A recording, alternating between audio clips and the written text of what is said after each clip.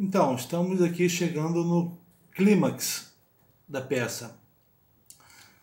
Orestes está disfarçado dentro do palácio, está com Pílades, está para cumprir o plano de matar Egisto e sua mãe.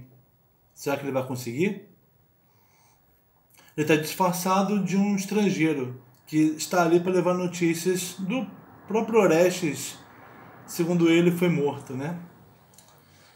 Ele está diante de Egisto, dizendo para o Egisto que um Orestes morreu. Uma notícia muito conveniente para o Egisto, né? Que, afinal de contas, vive sob a ameaça do retorno do filho que foi vendido pela mãe para sair do palácio, né? Orestes, diante do Egisto, ele é aquele que tem um plano a cumprir. Esse plano veicula necessidades de várias ordens, né? Necessidade do oráculo do deus Apolo, que quer a morte dos usurpadores do trono de Argos, né? Necessidade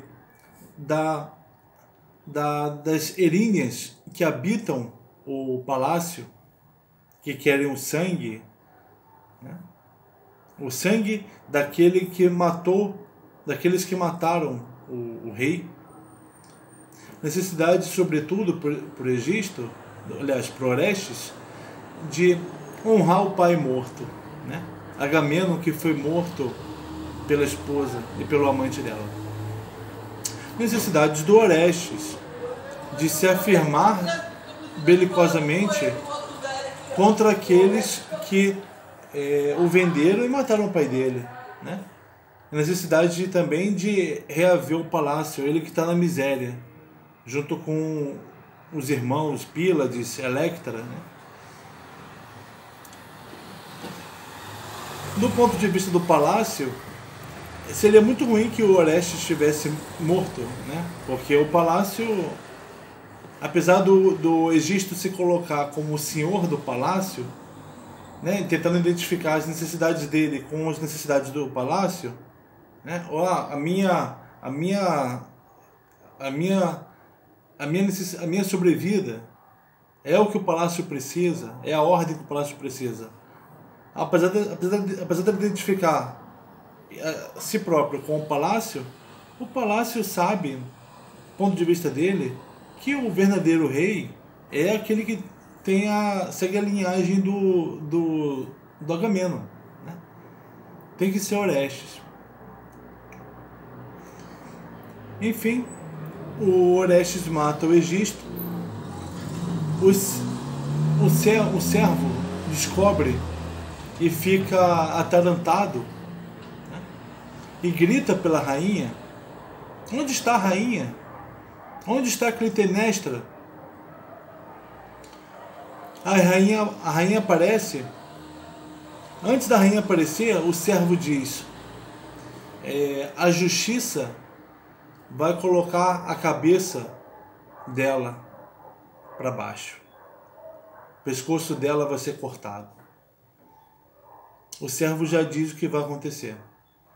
A rainha aparece, percebe o que aconteceu. Antes de ver o Egisto morto, ela pede que ele dê um machado, mas ela já antecipa a ameaça, né, que vai ameaça sobre ela.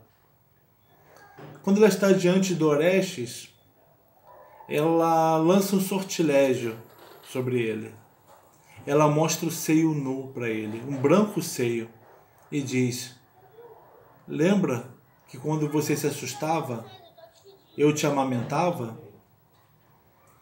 Essa imagem, o poder dela, da imagem imediata sobre o filho, o poder da imagem do seio da mãe sobre o filho, faz com que ele fique também paralisado, atarantado. Aí ele pergunta para o Pílades: o que fazer? Ceder diante do respeito à mãe ou seguir o oráculo divino. Pílades lembra o Orestes sobre o oráculo divino, sobre as necessidades que estão em torno desse oráculo. A necessidade que o oráculo coloca de restaurar a ordem do palácio. A necessidade que o oráculo coloca de satisfazer a ameaça das fúrias, das Erinhas, que querem a punição daqueles que mataram o rei. E essas Erinhas não vão largar o Orestes enquanto ele não cumprir o plano.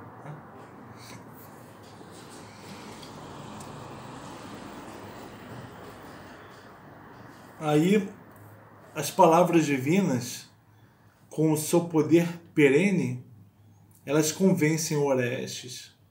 Vencem a influência da imagem imediata. Aqui a gente está falando então dessa oposição entre aquilo que é imediato, o estímulo imediato que te parece empurrar, que te empurra para uma coisa, um lado que parece que é o que você deve fazer, oposição entre isso e o perene. Aquilo que vem pelo Deus Apolo Loxes, Apolo esclarecedor. É aquele que esclarece para você, a situação e o que você deve fazer. E as palavras dele são perenes. Você tem que segui-las, né? Seguir o que o oráculo manda você fazer, para você restaurar a ordem. Aí o Orestes mostra para Clitemnestra que não está inclinado a poupá-la. Aí ela começa a discutir uma questão, falar sobre que responsabilidade eu tenho sobre o que eu fiz, se eu cumprir o destino do Agamenon. A Orestes fala, não. O seu destino, já que você quer falar de destino, já que você quer se eximir, você está querendo se eximir, né? Da responsabilidade de ter matado, dizendo que apenas cumpriu o destino do Agamenon. Não. O seu destino, o seu quinhão, é esse agora, de morrer. E eu tenho que cumprir. E ela fala, e as cadelas da sua mãe? As cadelas vingadoras da sua mãe? Ou seja, as Erinhas que vão me vingar. Você não teme? Você vai me matar, elas vão atrás de você. O Orestes fala, olha, eu já estou ameaçado pelas cadelas do meu pai, que querem que eu o vingue. Já não tenho escapatória delas. Então, cadela por cadela, eu já estou com uma latindo aqui perto de mim, querendo que eu faça isso. Aí, antes de matar Clitemnestra, ela reconhece o quanto o sonho que ela teve de ter parido uma serpente que a mordeu no seio foi um sonho, foi um sinal divino.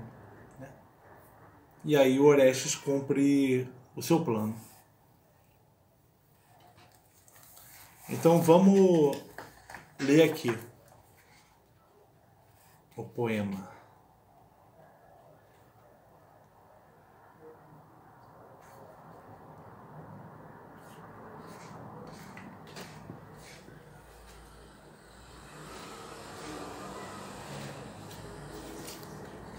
Terceiro episódio. Começa com Egisto. Venho não sem chamado, mas por mensagem. Ouço que alguns hóspedes vieram e contam um novo rumor de modo nenhum desejado. A morte de Orestes, e seria para o palácio um fardo terrificante suportá-lo quando mordido e ulcerado por anterior cruor. Como crer que isto é a verdade viva? Ou falas medrosas, vindas de mulheres, saltam altas no ar, morrendo vazias. que disto dirias a esclarecer o espírito? Isso, o Egisto conversando com o coro, que o chama para se encontrar com Orestes.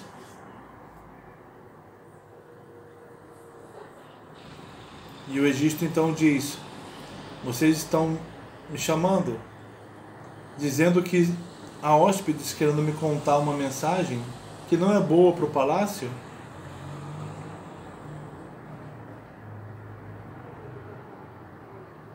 O coro diz: ouvimos sim, mas informa-te dos hóspedes, entra no palácio. Não há força nunciativa por saber por si mesmo junto aos próprios. Que o Egisto tinha perguntado: como crer que o que vocês dizem é verdade? O coro diz: informa-te direto com eles. O coro está interessado em cumprir o plano do Orestes. Egisto então diz: bem quero ver e perscrutar o mensageiro, se ele mesmo estava presente à morte, ou se fala por saber de obscuro rumor. Não enganariam um espírito perspicaz. O Egisto está entre acreditar ou não acreditar no que o coro disse para ele, né? A respeito da notícia que os estrangeiros trazem. O coro diz: Zeus, que dizer? Aí o Egisto foi se encontrar com Orestes. Aliás, o Egisto ainda está lá, mas o coro diz: que dizer? De onde principiar esta súplica em invocação dos deuses? E por benevolência, como concluir com igual palavra? Agora, os gumes poluídos de espadas retalhadoras destruirão para sempre o palácio de Agamenon. Ou fogo e luz, por liberdade acesos, com o poder no país, terá grande opulência dos pais. Tal combate, 1 contra 2, o divino Orestes espera travar e seja pela vitória. Então, o Egisto saiu, né? Tá lá conversando com os estrangeiros, e o coro invoca Zeus,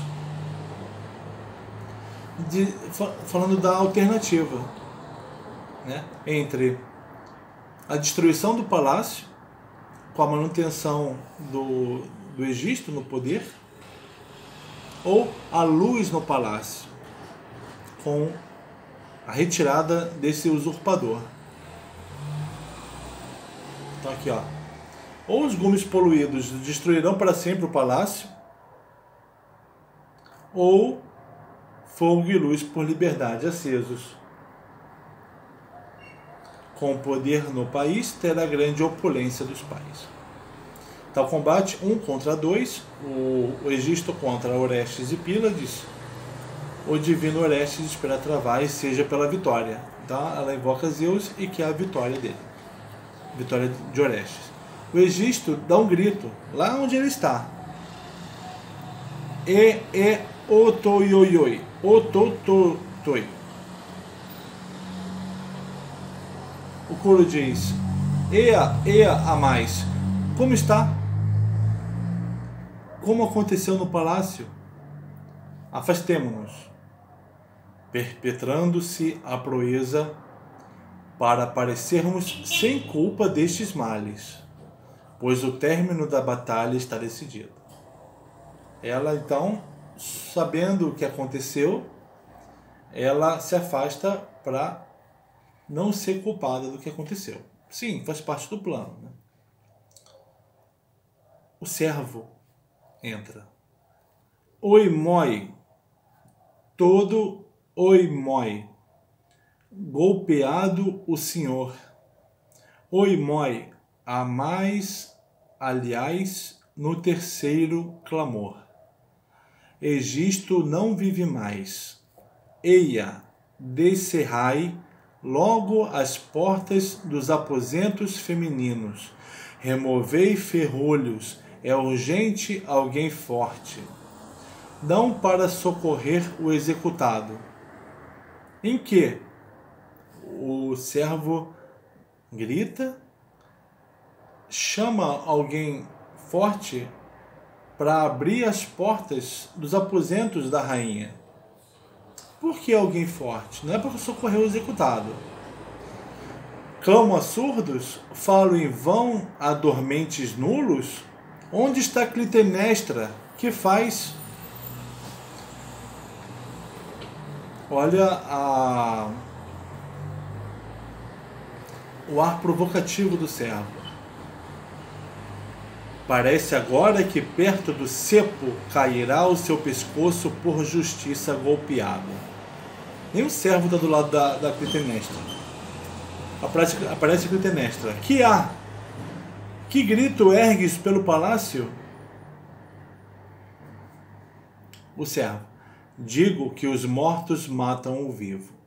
Ele faz um enigma. Os mortos matam o vivo. Quais eram os mortos? Quem se dizia que estava morto? O Orestes, né? Agora o morto matou o vivo. Voltou o mal que ameaçava os usurpadores, chegou. Mas ele falou numa forma de enigma, né? Aí a rainha responde: ai, compreendo a palavra deste enigma. Perecemos por dolo como matamos. Ela entende que o dolo ocorre por justiça a quem agiu por dolo. A intenção de fazer o mal ocorre por justiça àquele que agiu por intenção de fazer o mal. Ela já sabe, então, que aquilo iria acontecer com ela. Dê-me logo o machado homicida. Vejamos se vencemos ou somos vencidos. Eis a que ponto cheguei deste infortúnio. Ela sabe que o servo espera a morte dela, o coro espera a morte dela, que isso é o bem do palácio. Mas ela agora, quando pede o machado, ela diz: veremos se vencemos ou somos vencidos. Eis a que ponto cheguei deste infortúnio. Ela agora está falando por ela mesma. Ela está assumindo que o interesse dela não é o interesse do palácio. O interesse dela é sobreviver. E o do palácio é que ela seja retirada dali. O Orestes diz: a ti te procuro, para este é o bastante. Clitemnestra: ai, estás morto, querido vigor de Egisto? O Orestes diz: amas o homem? Assim na mesma tumba jazerás, e nem morto não o traias nunca. Você vai morrer na mesma tumba, vai morrer e ser enterrado na mesma tumba que ele, e aí você não vai o trair. Clitemnestra: para, filho, e respeita, criança, este seio em que muitas vezes já sonolento sugaste com as gengivas nutriente leite. Pílades: que fazer? Aí ele olhou para o lado. Temo matar a mãe. Pílades diz: onde no porvir os vaticínios de Lóxias dados em Delfos e os fiéis juramentos. Ele lembra Orestes dos vaticínios de Lóxias, do Apolo esclarecedor, e dos juramentos, coisas que devem ser respeitadas mais do que a mãe. tem por hostis a todos, mas não aos deuses. O que você, o seu plano pode ser hostil a todos. Você está matando sua mãe, mas não aos deuses. Então, o importante é cumprir o desígnio dos deuses. É cumprir o que os deuses te disseram para você fazer. A gente está vendo que o plano de Orestes, uma necessidade importante que ele tem é de ordem divina. E isso está a cargo dele fazer. Então ele está sentindo o peso a dificuldade de fazer. Né? É claro que a mãe iria se opor a ele, iria dificultar a ação dele, né? Como qualquer outro iria dificultar a ação dele. É claro que isso está acontecendo. Mas ele tem que cumprir o plano. O Orestes diz: julgo-te vencer e aconselhas-me bem. Ele foi lembrado dos vaticínios, dos juramentos, e que os deuses não lhe são hostis. Isso já o convenceu. Segue. Quero imolar-te junto a ele. Quando ainda vivo, preferiste-o ao Pai. Dorme com ele morta, já que amas a esse e a quem devias amar, odeias. Eu te criei e contigo quero envelhecer. Que? Matadora do Pai, morarás comigo? O destino, filho. Disto também a causa. Também esta morte o destino preparou. A rainha apelou, dizendo que o destino que quis que morassem o filho e a mãe. O Orestes falou: ué, e por que não é o seu destino morrer agora? Não temes as preces maternas, filho? Não. Mãe, me remeteste ao infortúnio. Não. Remeti ao palácio hóspede nosso. Vilmente fui vendido, filho de pai livre. Onde está o preço que recebi por isso? Peja-me exprobrar-te isso com clareza. A rainha diz, lembra da maternidade dela, para com o filho. E o filho lembra que ele foi vendido pela mãe e exilado. E a rainha pergunta qual foi o preço que ela recebeu por aquilo.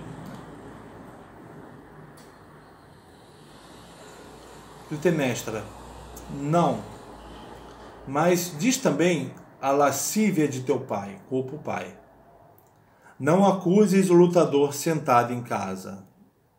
Você ficou sentado em casa, enquanto o meu pai estava na guerra. Dói às mulheres estar longe do marido. Tentando justificar o que ela fez. Labor viril às nutras sentadas em casa. Parece-te, filho, que matarás a mãe? Tu, não eu, a ti mesma te matarás. O destino dela é esse por causa dela. Cuidado com rancorosas cadelas da mãe. E as do pai, como as evito? Omisso aqui? Parece que em vão gemo viva junto à tumba. O destino do pai determina a tua morte. Ai de mim, Aí ela reconhece. Aí ela esgotou os recursos dela. Ela fala, ela pede respeito à maternidade, ela diz que tratou bem dele, ela diz que o Agamenon morreu porque tinha que morrer, e que ela fez o que fez porque é difícil uma mulher esperar o marido. Ameaça Orestes, né, com a vingança contra a morte dela. Nada disso resolve. Aí no final, ai de mim, esta serpente pari e nutri. Era muito adivinho o pavor dos sonhos.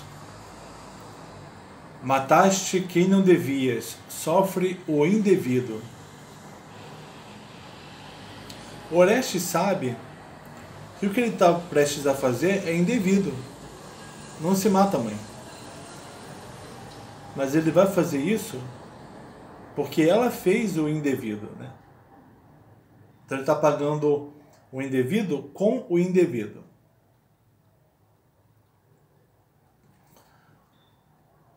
Aí o coro diz: lastimo ainda o duplo infortúnio destes. Está falando da Clitemnestra e do Egisto. Quando atinge o ápice de muitos cruores o pertinaz Orestes. Isto, porém, preferimos, que não caia destruído o olho da casa. É melhor assim, para que a casa não caia. Aí ele foi salvo o palácio.